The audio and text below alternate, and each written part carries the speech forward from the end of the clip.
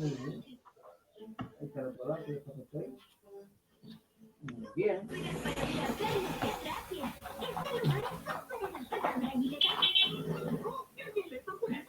llegó tu papá. Dentro de la caja. Hola a todos, muy buenas tardes. Estamos acá en un nuevo conversatorio con la Confederación Bancaria, con los nuevos integrantes de este panel que saludamos muy afectuosamente.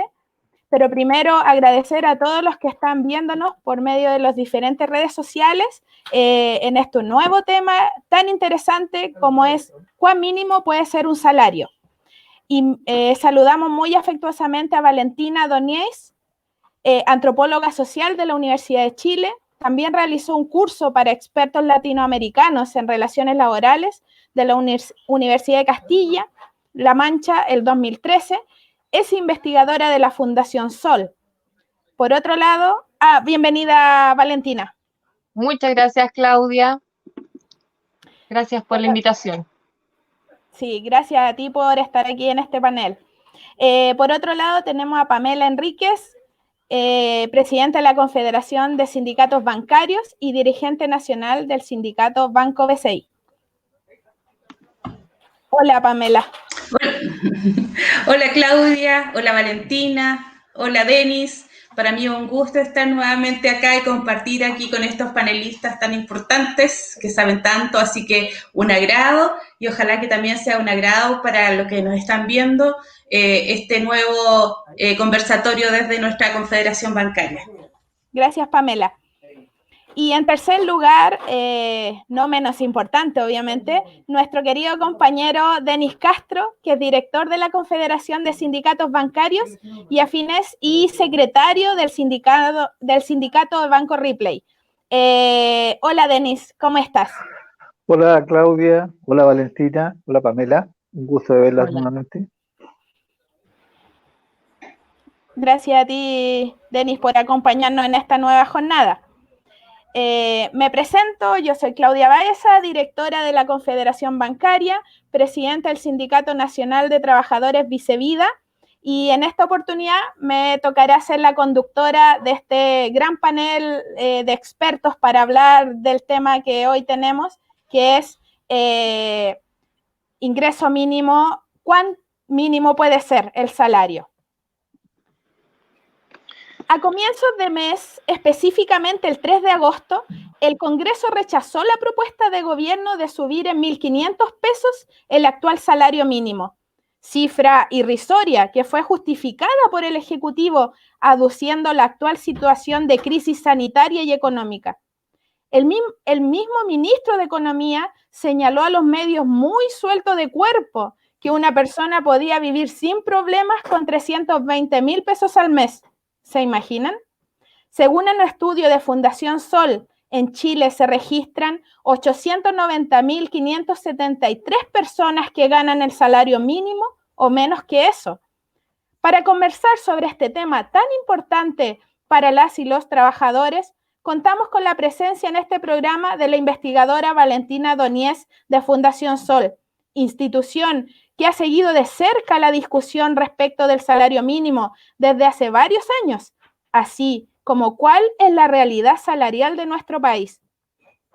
Valentina, mi primera pregunta para ti. ¿Cómo se determina un salario mínimo? ¿Cuáles son las variables que deberían intervenir en esta fijación? ¿Cuál es el rol que debería jugar este indicador y cuál es el que realmente juega en nuestro país? Empecemos a ver cómo determinamos un salario mínimo. Bueno, muchas gracias. Saludos a todos y a todas los que nos están escuchando en esta oportunidad. Primero que todo hay que contextualizar, obviamente, lo que significa la política del salario mínimo. Por una parte, y algo que nosotros hemos referido en muchas oportunidades, es qué tiene que ver, o sea, ¿a qué nos referimos con una política de salario mínimo? ¿No es cierto? En un contexto de fijación de objetivos de política pública, uno podría decir que el objetivo de un salario mínimo es que se establezca una línea que permita a un trabajador o trabajadora que está con jornada completa pueda estar viviendo en condiciones dignas él o ella y su familia. Eso es una primera definición general de lo que podría ser una política pública.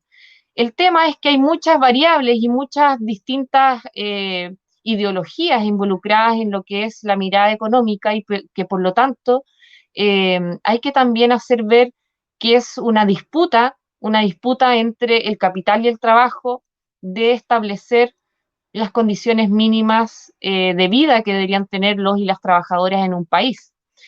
Es por esto que se establece un mínimo para que los empresarios no fijen en un valor menor que permita la reproducción de la vida de los y las trabajadoras y su familia.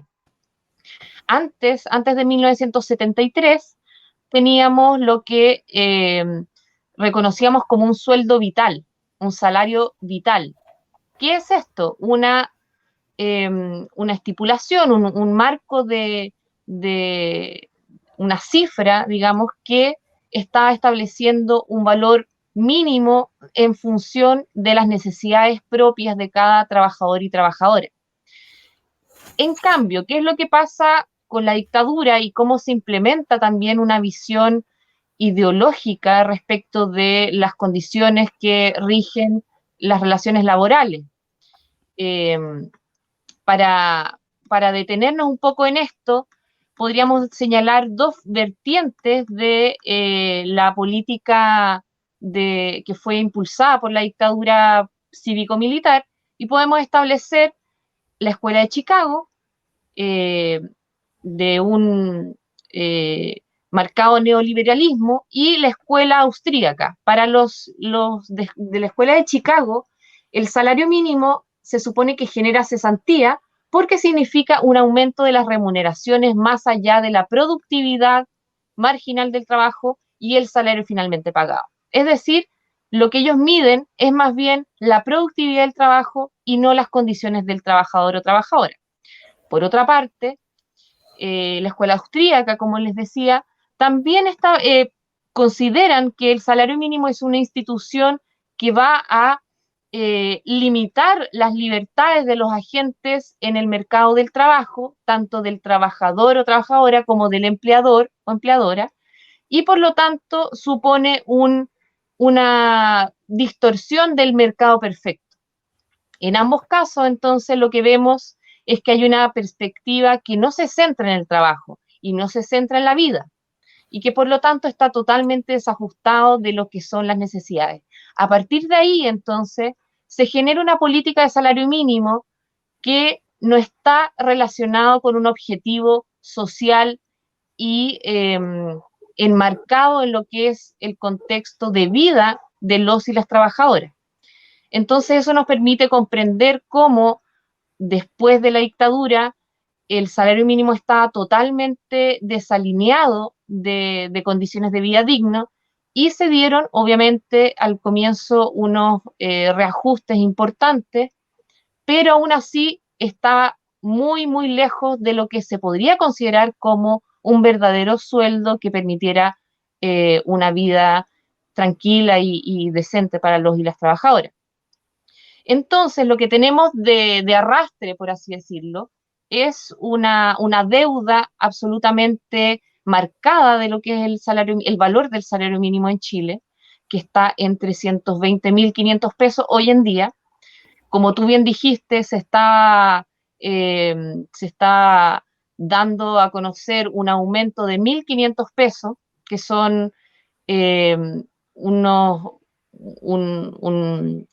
monto muy menor de lo que son las necesidades y un aumento muy insatisfactorio, y que por lo tanto también nos hace preguntarnos sobre el mecanismo de fijación del salario mínimo. Hay distintas formas de fijación. Hay unas formas que son negociadas entre los actores sociales más representativos, empleadores, trabajadores y el Estado. Hay otras formas donde hay solo una mera consulta, como es el caso de Chile. Vimos, por ejemplo, que se se dieron algunas citas entre la Central Unitaria de Trabajadores y el Ministerio de Hacienda, ¿no es cierto? Pero esas son conversaciones informales que no tienen nada de negociación. No hay una fuerza, tampoco hay una movilización social, ¿no es cierto?, que esté enfrentando ese proceso activamente. Por otra parte, también hay formas de fijación de salario mínimo en negociaciones colectivas tripartitas, más a nivel sectorial, por ejemplo, como el caso de Uruguay, y otras que también van generando negociaciones bilaterales entre trabajadores y empleadores en la negociación colectiva. Entonces vemos una amplia gama de formas en las cuales se define ese salario mínimo, pero también es muy importante que nos situemos en la importancia de definir cuál es el objetivo político y social de este valor del trabajo. Por ejemplo, también señalar que como en Chile es tan minoritaria la negociación colectiva, obviamente el salario mínimo y la negociación del salario mínimo toma un lugar muy preponderante a nivel general de la formación de salarios. Y a propósito de esto, también podemos señalar que hay un efecto conocido como efecto faro del salario mínimo, que alumbra al resto de los salarios y por lo tanto permite que también el resto de los y las trabajadoras se beneficien de un aumento de este tipo. Volviendo un poco a los estudios que también tú señalabas, Claudia, al inicio, nosotros hicimos 2 estudios. Uno que buscaba caracterizar cuántos son las personas que ganan el salario mínimo en Chile, tú lo dijiste, cerca de 890.000 personas, pero también vimos dónde se ubican estas personas. Y lo que tenemos, según distribución de los trabajadores y trabajadoras que ganan el sueldo mínimo por tamaño de empresa, es que cerca del 24% de los y las trabajadoras está en una empresa grande. Es decir, cerca de un cuarto trabaja en empresas que uno diría que ya tienen una espalda suficiente como para generar mejores ingresos para los y las trabajadoras.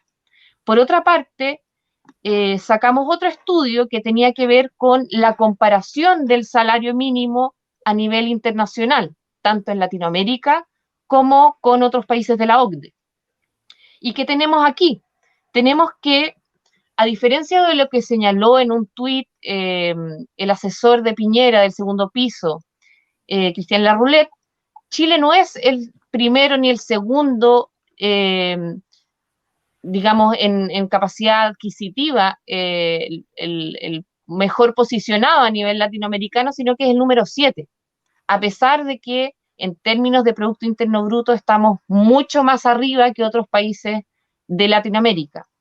Y otra comparación, y bueno, para dejarlo un poco aquí, que sigamos la conversa entre todos y todas, otro tema bastante interesante también tiene que ver con comparar a Chile con otros países que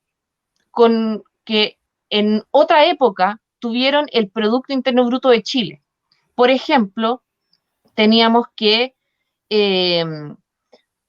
un caso que podría ser paradigmático, un país como Francia, cuando tenía el mismo Producto Interno Bruto que Chile, que fue el año 87, tenía un sueldo mínimo 2,8 veces mayor.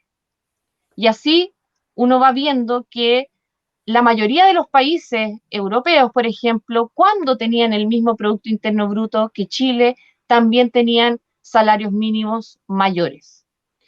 Y así, si también nos comparamos con otros países de la OCDE, por ejemplo, que también tienen un Producto Interno Bruto más o menos similar o comparable, tenemos que, por ejemplo, el caso de Croacia, que tiene un 73% más alto su salario mínimo que Chile. Entonces también aquí incorporar ese elemento, el elemento de cómo en términos de tamaño de la economía, de producción general, nuestro salario mínimo está muy retrasado y por lo tanto hay un espacio de crecimiento, hay un espacio en el cual podríamos generar una política pública distinta, pero ahí falta también, obviamente, por una parte, un conjunto de trabajadores y trabajadoras que presionen, que impulsen estas políticas, y por otro lado también cierta visión, disposición del mundo político para no aceptar que sigamos con reajustes mínimos al salario mínimo. Eso como para empezar. Gracias, Valentina, excelente introducción. Bueno, claramente vivimos en un país que parece que para ciertas cosas se mira hacia afuera, pero para otras cosas miramos solamente entre cuatro paredes y a los que les conviene nomás. Por eso, como tú dices, hoy para este escenario, esa definición tan importante como son los sueldos, los trabajadores no son parte. Y eso es clave para definir finalmente las políticas de cómo podemos definir sueldos reales que cubran las necesidades básicas de todos los chilenos. Así que gracias, Valentina, por tu introducción. Pamela, Denis, entremos un poquito ya, calentemos motores respecto a este tema que es tan interesante y que nos dio una excelente introducción, Valentina. Creo que a todos los chilenos que estamos un poquito atentos al tema de estas políticas que nos afectan, nos ha sorprendido las declaraciones del ministro Palacios de afirmar que se puede vivir perfectamente con 320.000 pesos, una persona sola, en el mundo del Vilsipap claramente. Para ustedes, ¿cuál es la reflexión respecto a las palabras de la autoridad y a lo que ha planteado Valentina?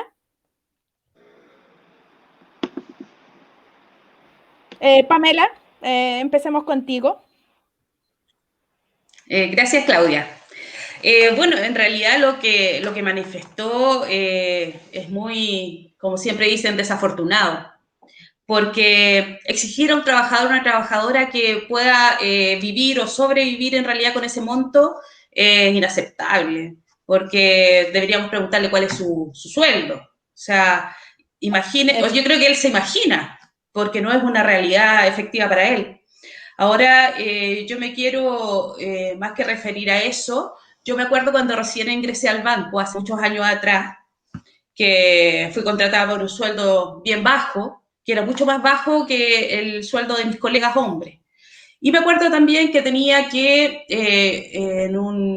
cuando estaba embarazada, me tenía que trasladar a mi sucursal para trabajar, y me costaba mucho porque tenía que tomar micro, tenía que sufrir en esa micro porque yo embarazada, me apretaban, me dolía la espalda, tenía que bajarme y cambiar de micro. Y después caminar unas cuadras y llegar por fin a mi sucursal.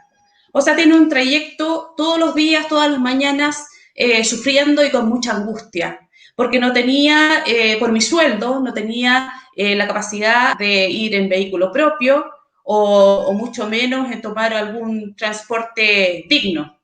Aún hoy en día la locomoción no es digna para los trabajadores y trabajadoras. Entonces ya vemos un aspecto en que el sueldo te afecta como trabajador. Después, ¿dónde dejo mis hijos? Cerca de mi casa había una sala cuna perfecta, pero era carísima, y yo con mi sueldo tampoco podía acceder a esa sala cuna. Entonces tenía que buscar una sala cuna que me quedaba mucho más alejada de mi casa, y también la angustia de dejar ahí a mi hija y no saber cuánto me iba a demorar en ir a buscarla después en la tarde. Tampoco tenía la posibilidad de contratar a alguna persona que cuidara a mi hija. Entonces ahí ya tenemos un segundo factor también que influye cuando uno tiene sueldos bajos. También la compra de pañales o la alimentación. Entonces, en todo eso nos afecta a nosotras, a los trabajadores y trabajadoras y a todos en general, estos sueldos de miseria, este sueldo mínimo. Yo veía en las noticias el día de ayer que el ministro de Hacienda, Ignacio Briones, se abrió a la oportunidad de abrir, de reajustar el sueldo, pero con una base de 6.000 pesos. O sea, es de un, ¿cómo se podría decir? Un egoísmo increíble, 6.000 pesos. Eso es un 0,4 nominal y un 0% reajuste real. o sea, no te ayuda en nada, son 1.500 pesos. Yo creo que no podemos seguir con esta realidad tan poco digna para todos nosotros. Entonces, yo creo que aparte de lamentarnos, de rechazarlo, de pensar y manifestarnos en contra, tenemos que crear espacios para empezar a cambiar esto. A través de las organizaciones sindicales, a través de la unión de los trabajadores, a través del fortalecimiento del sindicalismo. Todas esas son herramientas que tenemos como para cambiar esta realidad tan adversa. Pero bueno, como tú decías, las palabras del ministro yo las lamento. Yo veo que viven en otro mundo, no en el mundo real de todos y todas. Así que eso sería por mi parte el comentario acerca de sus palabras. Súper clara, Pamela, aparte que tú le das siempre el toque de mujer a mujer con hijos y todo lo que cuesta subsistir cuando están los hijos también de por medio. Pero también le toca a los hombres poder debatir que muchas veces el pilar de muchos hogares, el varón, y debe ser complicado vivir con tan poco sueldo en un país donde claramente, como tú bien dices, los políticos viven desenchufados, desconectados de la realidad a base de la fantasía en que ellos viven. ¿Qué opinas, Denis, tú de lo que estamos conversando respecto a estas malas o como decir, desafortunadas declaraciones de estos políticos que están en el mundo de Vilsipap, claramente? Sí, de todas maneras, y de acuerdo a lo que decía Valentina en su exposición, esto se debe basar dijeron que era en algo en lo social, en lo económico y en lo político. Esto está claramente basado en lo económico, lo social no les importa. Ellos jamás se han preocupado de lo social. Si parece que más esta escuela económica parece más una religión que nada. Sí, parece que parecen religiosos ellos. Y si además vemos que, por ejemplo, los reajustes que se negocian en algunas empresas están basadas en el IPC y no en la canasta básica, todos los trabajadores vamos perdiendo nuestro poder adquisitivo año a año. Es impresionante cómo cada año podemos comprar menos cosas, tenemos mucho menos poder adquisitivo. Entonces, cada vez nuestro sueldo se va echando a perder, cada vez es menos. Y si además tenemos estos genios económicos que hacen este tipo de propuestas, nada que decir, pues la gente cada vez se va a ver más limitada en su capacidad de poder progresar, de comprar, de adquirir una vivienda, porque los 320.500 pesos son imponibles, ¿no? Sí. ¿Cierto? Entonces ya tenemos 258.000 y algo. ¿Y quién vive con 258.000? ¿Ya? Ustedes ven cómo suben todas las cosas, aparte que en nuestro brillante país el agua es privada, los servicios básicos son todos carísimos, la educación. Entonces es muy difícil para la gente lograr vivir de buena forma con esa cantidad miserable de dinero, y además la distribución del ingreso, todos sabemos que en este país ni siquiera podemos conversar eso, porque siempre viene el cuento del lobo, que si hacemos Exacto. algo los empresarios se van a ir, las empresas van a quebrar, y siempre la ley del miedo, y nos mantienen ahí aplastados ganando una miseria. Gracias, Denis.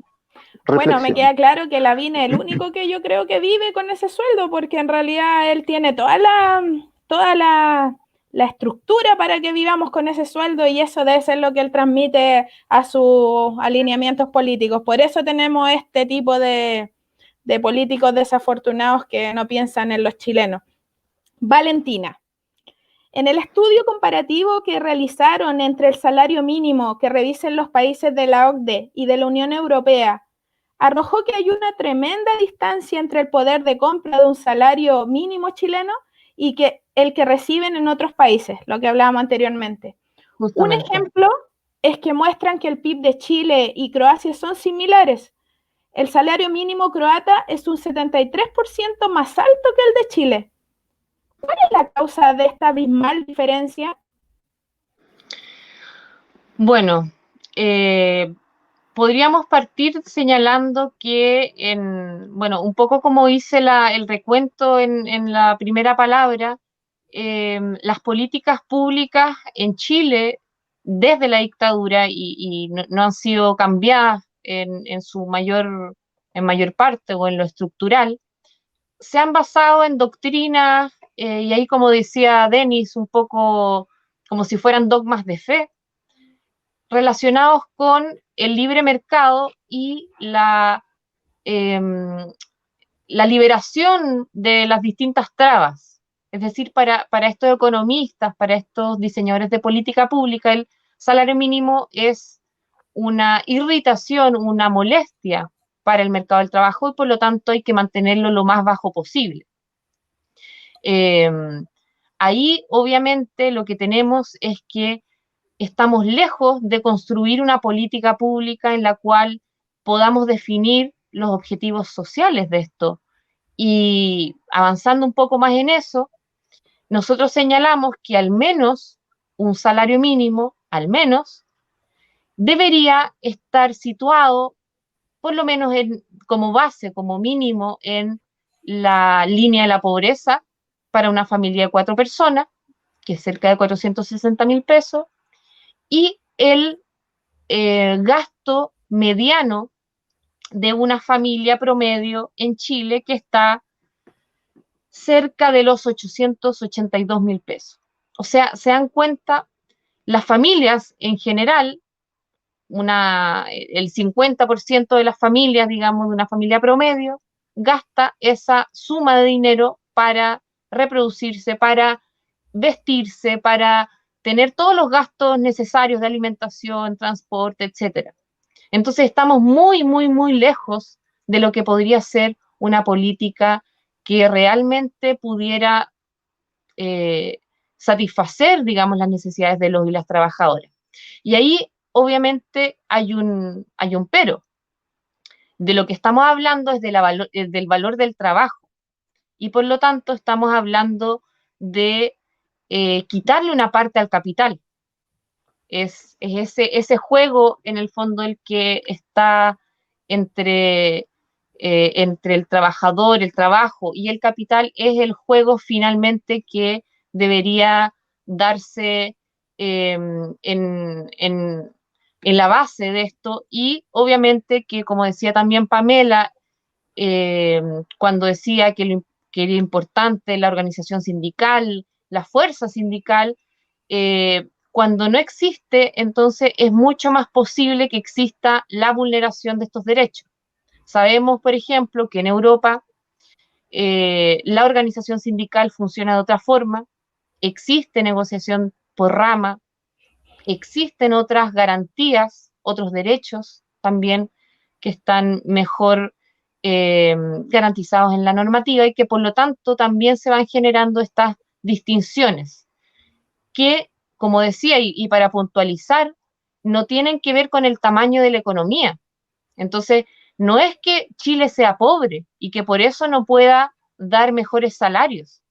El tema es que los empresarios se han acostumbrado a un nivel de ganancia que es muy superior a otras zonas del territorio y que por lo tanto obviamente mantienen estos salarios al máximo.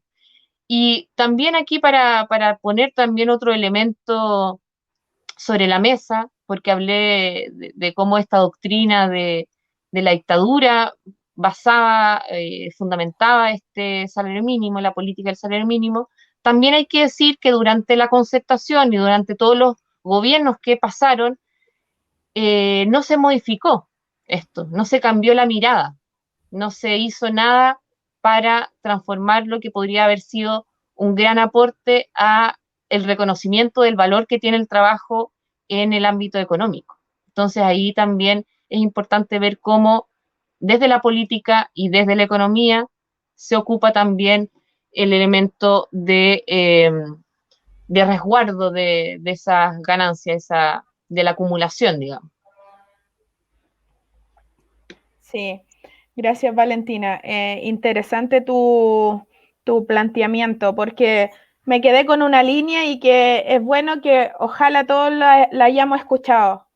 Chile no es un país pobre, para que no nos quedemos en que no se puede porque nos tratan de meter en la cabeza que somos tan pobres que necesitamos seguir casi ojalá viviendo con sueldos pobres. O sea, es súper importante lo que tú acabas de decir. Y de verdad hace reflexionar que lamentablemente todos los que estamos hablando aquí nos damos cuenta de lo importante que es la unión de los trabajadores, tratar de mejorar los salarios y las condiciones, porque si tenemos un pensamiento que así que somos pobres, no se va a lograr nada. Así que súper bien, vale, gracias. Pame y Denis, nuevamente, debatamos un poco más. Según arrojan los estudios Fundación Sol, la fijación del salario mínimo actúa como con un monto que guía el salario de los demás sectores. De hecho, el 70% de las y los trabajadores reciben un salario inferior a 455.000 pesos mensuales líquidos. Para ustedes, ¿cuál es la realidad de los trabajadores del sector financiero en relación al salario mínimo establecido? ¿Cómo afecta este indicador los aumentos salariales en las negociaciones? Denis, partamos contigo.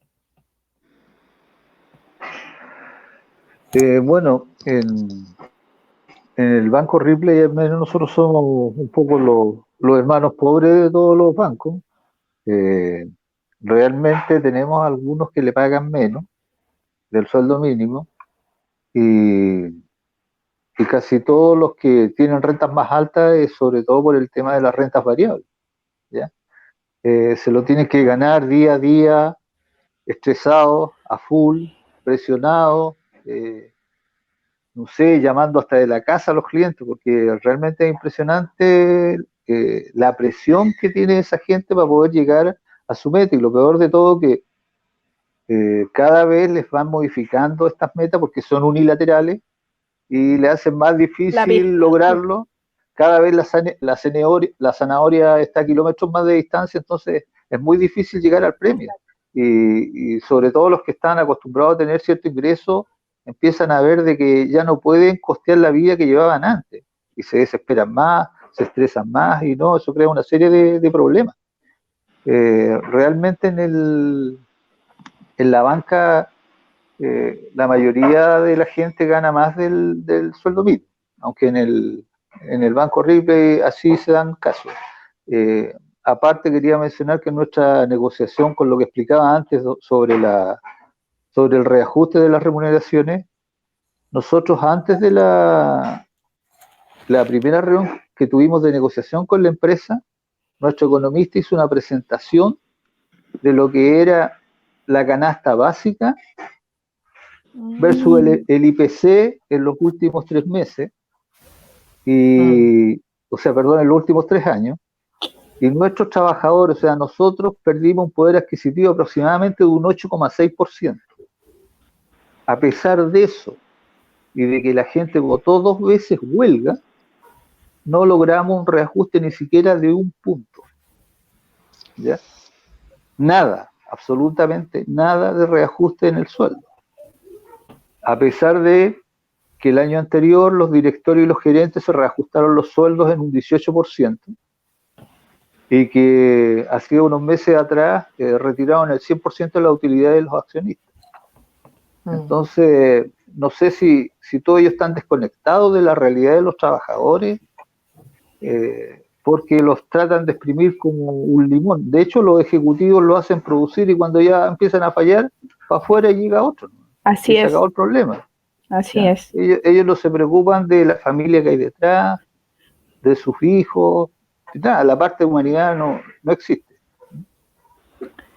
No, Denis, tú diste un speech súper importante porque la vivencia de hoy de los trabajadores de renta variable están demostrando la falencia, pero más real de lo que es el sueldo mínimo para ellos. Porque hoy que estamos viviendo una pandemia, yo lo hablo también a razón propia, porque en nuestro sindicato es lo mismo, los trabajadores con renta variable que tienen el sueldo mínimo hoy han visto la pobreza extrema porque no pueden cumplir esa función que hacían diariamente antes para aumentar su ingreso. Hoy todos ellos pasaron a la línea, si lo queremos llevar a nivel de trabajador, a un nivel de un trabajador pobre, porque ya no pueden ganar lo que ganaban antes. Y el empresario está igual, así recibirá menos ganancias, todo lo que queramos, pero ellos están en otro nivel. El trabajador, desde el estallido social hasta hoy, ha visto cómo su ingreso y ese sueldo mínimo tan fantasioso que nos pintan ha sido su peor desastre, literalmente. ¿Qué opinas tú, Pamela, de lo que estamos como comentando desde tu postura en tu sindicato? Mira, yo estaba pensando en lo que nos comentaba Denis, y claro, bueno, la política de salario mínimo, el salario mínimo afecta a todos los sectores, afecta a los trabajadores y las trabajadoras bancarias, y no estamos tan lejanos de la realidad, porque si bien es cierto, muchos trabajadores tienen sueldo variable, pero también tenemos que considerar que la gente muchas veces ve a los trabajadores bancarios, a las trabajadoras como que tuviéramos unos sueldos espectaculares, porque trabajamos en una industria que gana mucho dinero, que tiene unas utilidades muchas veces históricas. Pero la realidad no es así, porque como sabemos, el sueldo mínimo, la política del salario nos afecta a todos. Entonces, nuestro salario, yo recuerdo el caso de algunos socios y socias de nuestro sindicato que no les alcanza para tomar un crédito hipotecario, no les alcanza para tener su casa propia, porque es un salario, un sueldo bajo, una remuneración deficiente. Como bien decían, el salario tiene que tener las condiciones, tener la capacidad de dar las condiciones dignas para vivir. Y hoy en día no lo está dando. No lo está dando porque cada vez son más, sube el valor de todo, del transporte, de la alimentación, de los arriendos, qué decir de los créditos hipotecarios, de cuánto vale una casa. Es increíble. Entonces, yo creo que hay que cambiar. Lamentablemente, a través de la negociación colectiva, hoy en día no se puede cambiar esa situación, porque estamos negociando por empresa, no tenemos la fuerza ni la capacidad de transformar esa realidad. Muchas veces queremos hacerlo, pero nuestros socios y socias le dan más importancia al bono de término de conflicto, que también es un tema no menor, porque las empresas tratan de dar estos bonos bien contundentes para que la gente se olvide del resto de las demandas, que son muy importantes, porque el resto de las demandas nos van a regir por lo menos 3 años. Entonces, estamos luchando siempre en las negociaciones colectivas frente a eso.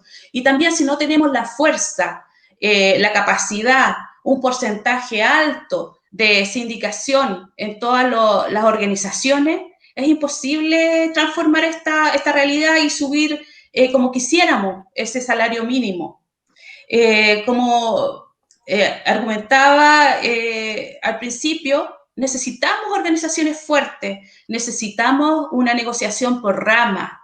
Por eso es tan importante lo que va a pasar el 25 de octubre. Por eso es importante aprobar convención constitucional, porque nos da la posibilidad de tener el poder de cambiar estas realidades que nos angustian día a día. También es importante mencionar que con salarios bajos, salarios indignos, vamos a tener pensiones indignas, porque no nos va a alcanzar a una pensión en la vejez, no nos va a alcanzar con esas pensiones de miseria, no vamos a llegar a a la jubilación, al júbilo de descansar cuando seamos viejos o viejas. Entonces también con un salario miserable tenemos una vida miserable y una vejez miserable. Y en realidad nuestro trabajo vale. Nosotros como trabajadoras y trabajadoras tenemos el poder, tenemos que sacar ese poder ahora que lo vamos a manifestar en las urnas. Tenemos que creer que podemos ser transformadores de nuestra realidad como trabajadores.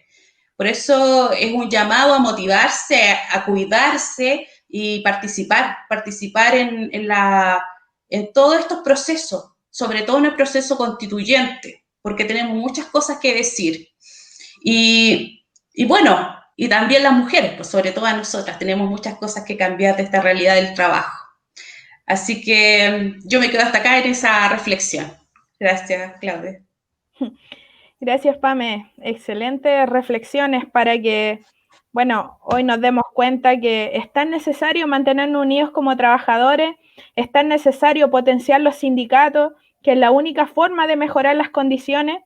Lamentablemente hay muchas cosas que siempre nos juegan en contra y nunca olvidemos que los trabajadores siempre tienen miedo y eso es lo que más cuesta erradicar de ellos. Y después de esta pandemia viene todo el golpe a la pérdida de los empleos. Claro. Entonces, pedirles fortaleza a los trabajadores es muy positivo, pero cuesta y siempre va a costar mientras vivamos en un Chile en el cual se mantenga este miedo constante y bueno, mejoremos ojalá los sindicatos y mejoremos las negociaciones y mejoremos los sueldos que tristemente estamos hablando acá. Uno se queda con las reflexiones de tanto trabajador que trabaja de sola sombra para una miseria. Es muy triste, la verdad. Sí. Valentina, siguiendo contigo, ¿cuán importante es la fijación de un salario mínimo en un país que no cuenta con derechos a negociación sectorial como es el caso chileno? O dicho de otra manera, ¿cómo este indicador toma relevancia justamente por la ausencia de una verdadera negociación colectiva en el país? Justamente, Claudia, un salario mínimo nacional cobra mucha relevancia en países donde no hay negociaciones sectoriales por rama, donde no hay negociación colectiva masiva en las empresas, porque es la única fijación que establece un límite al capital para la fijación de salario. Como explicaba también antes, el salario mínimo tiene una relevancia y tiene un impacto a nivel de los salarios en general y a través de distintos mecanismos. Obviamente se establece como parte de muchos sueldos mínimos, o sea, sueldos base, perdón, para los vendedores comisionistas, ¿no es cierto? En muchos sectores también hay gratificación y la gratificación garantizada, por ejemplo, está establecida en un tope de 4,75 ingresos mínimos mensuales. Entonces también hay una serie de relaciones de beneficio y de otros elementos que son sumamente importantes para todos los trabajadores y trabajadoras. Y por eso es que es importante estar debatiendo el salario mínimo más allá de que una persona gane o no el sueldo mínimo. Esto no es un debate de cómo me afecta a mí específicamente, concretamente el sueldo mínimo, sino que cómo verlo como una discusión nacional y global y por su impacto que tiene en el conjunto de la clase trabajadora. Por otra parte, me gustaría referirme un poquito a lo que tú señalabas, Claudia, de que estamos frente a una crisis pandémica, una situación bastante complicada para el empleo a futuro, porque eso también podría hacernos, en muchos casos, disminuir nuestras demandas, disminuir nuestras justificadas demandas. Y desde la fundación, al menos nosotros creemos que la deuda con el trabajo es tan grande en Chile que no podemos esperar para saldar esa deuda. Aquí lo que tiene que haber es realmente un mejoramiento de la distribución de los ingresos en Chile y en algún caso quizás necesite un tiempo, un ajuste en el cual el Estado podría apoyar a las micro y pequeñas empresas, pero estamos claros de que con el nivel de ganancia que las grandes empresas tienen, sí están en capacidad para pagar sueldos mínimos más altos. No deberían pagar sueldos mínimos, de hecho. El problema es que en muchos casos los empresarios dan sueldos mínimos a los trabajos, a los empleos que según ellos no aportan productividad, ¿o no? Entonces la gente del aseo no es un sueldo de entrada para ellos y ellas. Ellos ganan ese sueldo durante años. Entonces hay que ver que también hay mucha población, hay muchos grupos de trabajadores y trabajadoras que ganan el sueldo mínimo habiendo trabajado 10, 20 años y lo único que hacen es reajustarse a través de este reajuste nacional. Entonces, yo creo que es importante como una idea, como un mensaje, tratar de ver las interconexiones entre los salarios de todos los trabajadores y las trabajadoras y también ser claros en el contexto en el que estamos, porque también es necesario subir los salarios si es que queremos una recuperación con todos y todas. O sea, un aumento del salario implica que los y las trabajadoras van a poder gastar más, van a poder vivir mejor comprando distintos elementos que son necesarios para la vida. Entonces, ese elemento nunca es tocado por los economistas y las personas que están decidiendo en el fondo. Solamente se preocupan por los equilibrios macroeconómicos, por las definiciones de la productividad y otros indicadores que no están establecidos a priori como beneficiosos para la clase trabajadora. Y por último, para cerrar también, hay que decir que no se ha encontrado una relación unívoca entre aumentar el salario mínimo y el aumento del desempleo, por ejemplo. Todo tiene que ver con cuál es el arreglo institucional al cual lleguemos. ¿Cómo es posible pensar en políticas segmentadas, diferenciadas entre grandes y pequeñas empresas?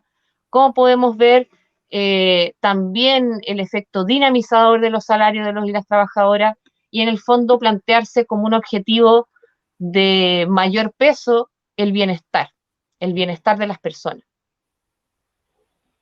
Gracias, Valentina. Gracias. Es súper claro el tema, justamente como indicas. Dani y Pamela, nuevamente, un aspecto que queda al descubierto en estos estudios es que existe una notoria discriminación hacia el trabajo femenino en la sociedad. En el caso del salario mínimo, son las mujeres las que reciben en menor porcentaje este salario, diría yo. El salario mínimo, en mayor porcentaje este salario. ¿Cómo enfrentamos esta desigualdad para corregirla? Pame. Gracias, Claudia. Mira, justamente yo estaba leyendo este libro que se llama El patriarcado del salario, de Silvia Federici, y en una de esas partes menciona: los empresarios saben que estamos acostumbrados a trabajar por nada y que estamos tan desesperadas por lograr un poco de dinero para nosotras mismas que pueden obtener nuestro trabajo a bajo precio. Desde que el término mujer se ha convertido en sinónimo de ama de casa, cargamos, vayamos donde vayamos, con esa identidad y con las habilidades domésticas. Eso me quiero referir que es un poco el tema. El tema es el sistema imperante, el sistema patriarcal, el sistema que nos ve como un complemento a la remuneración del hombre. Muchas compañeras, colegas que son jefas de hogar, ven que su salario no les alcanza porque son bajos, porque desde que nos contrataron nuestro salario era inferior al de nuestro colega hombre. Entonces tenemos que empezar a modificar las bases de esta injusticia, de esta desigualdad. ¿Y cómo se empieza a luchar contra esto, a hacer las modificaciones? Organizándonos. Por eso hoy hay organizaciones feministas que están trabajando el tema. Por eso también estamos nosotras como dirigentes sindicales. Por eso también Valentina está estudiando los temas, porque todas queremos un cambio, porque también nuestro compañero Denis trabaja con sus colegas, compañeras en el sindicato, porque todas queremos una transformación, todos queremos una transformación de esta sociedad que sea más equitativa, más justa, que todos podamos trabajar por un sueldo decente, un sueldo digno que nos alcance. Para lo primero es tener una casa, para la alimentación de nuestros hijos, para tener un bien pasar. Entonces, tenemos que modificar esta estructura, este sistema, y así lo vamos a poder lograr a través de la organización, a través de fortalecer las organizaciones sindicales, de apropiarnos de las luchas y empezar a ser partícipes de ellas. Por ejemplo, ver estos programas de conversación, participar en foros, educarnos, para que después vamos con toda nuestra convicción a plantear estos desafíos, estas demandas, por ejemplo, el 25 de octubre, a través de la apruebo convención constitucional. Así podemos manifestar el rechazo a toda esta falta de equidad en nuestra sociedad hoy en día acá en Chile. Gracias, Pame. ¿Y tú, Denis, crees que somos tan desiguales los hombres y mujeres en el tema de las remuneraciones? Sí, es notorio, es claro, se ve día a día, y recogiendo un poco lo último que dijo la Pame, yo creo que la fecha clave es el 25 de octubre. Tenemos que cambiar la Constitución, hacer de Chile un país mucho más justo para todos, que haya más igualdad, que tengamos negociación por rama para poder con mayor fuerza luchar por nuestros derechos, por la igualdad de género, porque tengan las mismas remuneraciones todos. Y yo creo que es el camino indicado. Si a la gente le explicamos un poco, de alguna manera, la importancia de ganar el apruebo y la comisión constituyente para lograr estas cosas, yo creo que el triunfo sería mucho más aplastante de lo que va a ser. Pero es importante enseñarlo y que tomen conciencia y razón de que hay que hacerlo y por qué hay que hacerlo. ¿Ya? Yo creo que eso es lo más importante. Bien, Denis, ya, súper. Ya vamos, nos quedan pocos minutos, así que les pido porfa si podemos ir como concretando y acortando las respuestas. Es súper claro el tema, yo creo que es súper entretenido, creo que nos impacta mucho como trabajadores, de verdad podríamos estar más tiempo porque está muy interesante. Valentina, a menos de 40 días del plebiscito, wow, qué poco tiempo nos queda, que abre las puertas al proceso constituyente. Un tema que hemos estado debatiendo es cómo garantizar el derecho al trabajo en la nueva Constitución, pero también se debería contemplar el derecho a un salario digno. ¿Cuál es tu reflexión ante este tema? ¿Cómo crees que debiera plasmarse esta demanda en la Carta Magna?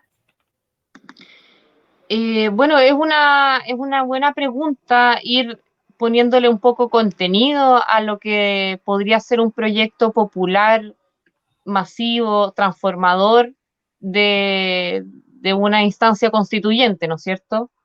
Y en ese sentido, yo no soy abogada, entonces no me puedo meter al dedillo de la discusión sobre la Constitución misma o cómo articularla, pero leyendo el proyecto de cambio constitucional redactado en el contexto del gobierno de Salvador Allende, me pareció muy interesante rescatar un par de ideas que ahí se contempla y que tiene que ver justamente con lo que dices, con garantizar el hecho de una remuneración digna. Es decir, no solamente la libertad de trabajo, no la libertad de contratación, sino que el hecho de que un trabajo esté asociado a una remuneración que se adecúe a la necesidad humana, porque ese es el fin también o debería ser un fin de la economía a través de la distribución de las riquezas. Y ahí entonces, bueno, básicamente los elementos fundamentales sería, por una parte, reconocer entonces de alguna forma, con algún concepto que podríamos quizás no utilizar la palabra digna, que puede ser un poco general, sino que suficiente según las necesidades vitales, por ejemplo, o que pudiera estar asociado al cumplimiento o a la satisfacción de las necesidades de una familia, por ejemplo. Entonces, no dejarlo tan vago, sino que tratar de generar esa bajada más concreta, concretarlo, como decías tú. Eso por mi parte. Gracias, Valentina. Sí, efectivamente, el tema de estas definiciones en la Carta Magna va a ser súper necesario y tiene que ser muy bien armado y bien estudiado, como tú dices, casi como de abogado el tema. Pame y Denis, ¿qué piensan acerca de lo que dice Valentina? ¿El derecho al trabajo debe estar unido al derecho a un salario digno? Pamela. Ya, gracias. Mira, yo creo que está todo relacionado y que debemos luchar porque en la próxima constitución, primero sea redactada por representantes de los trabajadores, gente que sepa en carne propia lo que nos está pasando. Entonces, eso es súper importante, que los delegados constitucionales, que los constituyentes salgan, ya sea de los independientes, de los movimientos sociales, de los trabajadores y las trabajadoras. Tiene que ser un derecho, el derecho al trabajo tiene que estar ahí como derecho, no como una libertad. Como bien decía Valentina, que es ahora en la Constitución del 80 está como libertad, las libertades a trabajar lo que uno quiera, a poner una empresa, hay muchas libertades pero pocos derechos.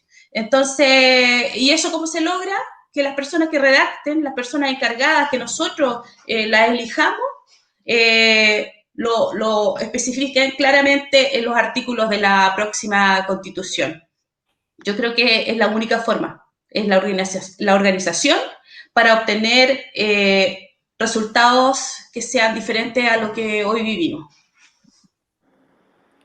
Ya, Pame, gracias. Denis, ¿y tú qué piensas?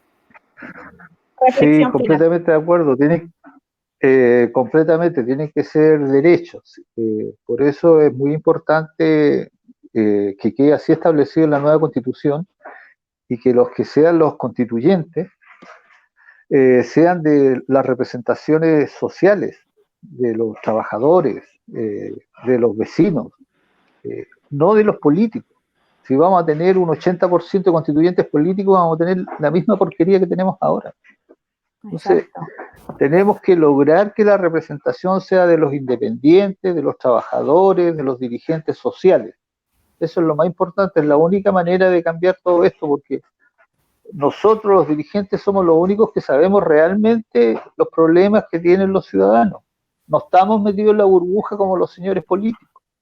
Por eso es importante que los representantes de la sociedad sean los que estén ahí en el constituyente. Esa es la reflexión final. Bien. Bueno, ya estamos terminando el programa. De verdad, ha sido muy grato, ha sido muy interesante. Creo que es un tema profundo que nos afecta a todos como trabajadores. Se vienen tiempos difíciles, pero no hay que dejar de lado estas instancias de conversación y sobre todo, como dicen ustedes, estos temas que son necesarios, que nos afectan el día a día, tanto a los trabajadores de la banca como al resto de los chilenos. No podemos seguir viviendo con sueldos miserables y no podemos estar pensando que a cada crisis en el país vamos a estar como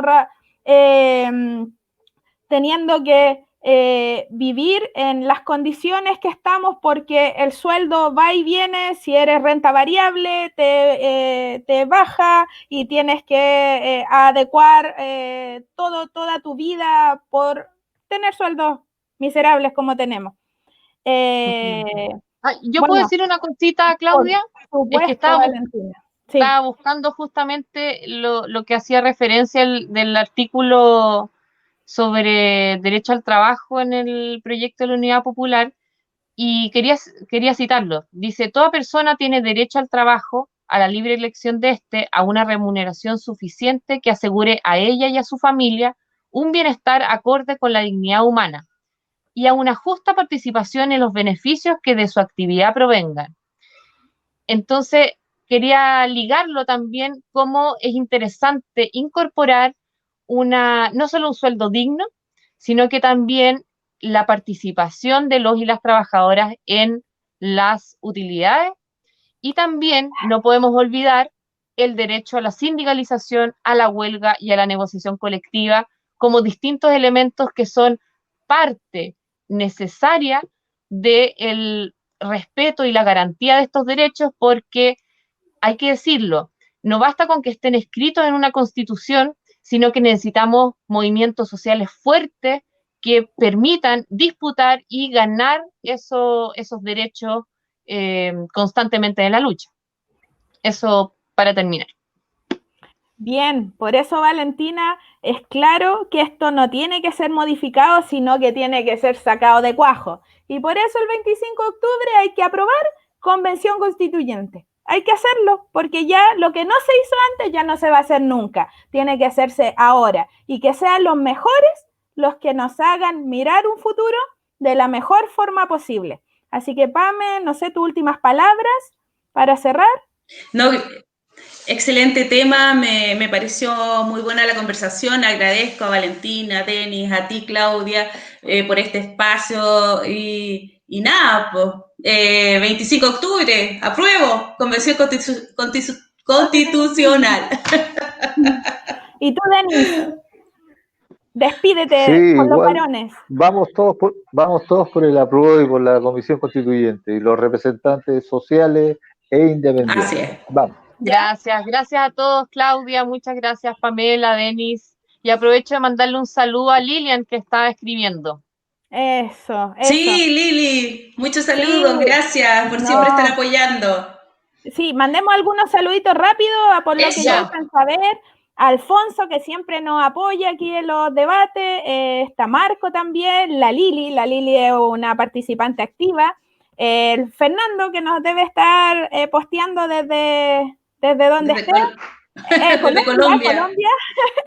La Evelyn, Viviana, Catalán, Gabriel, Miguel, y así muchos otros, el Manu también, Luis. Yo no alcanzo a ver los del Facebook, así que no sé, ahí esperemos haber tenido una buena barra. Así que... Mira, acá Milo 913 dice, no pueden seguir pagando las crisis los trabajadores. Es súper real eso que dice él o ella. Exacto.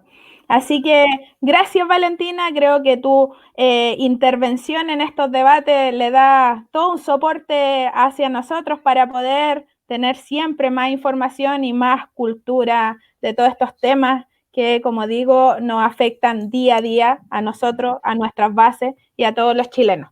Así que eso sería todo. Gracias a todos por vernos. Adiós. Gracias. Chao. Gracias. Chao.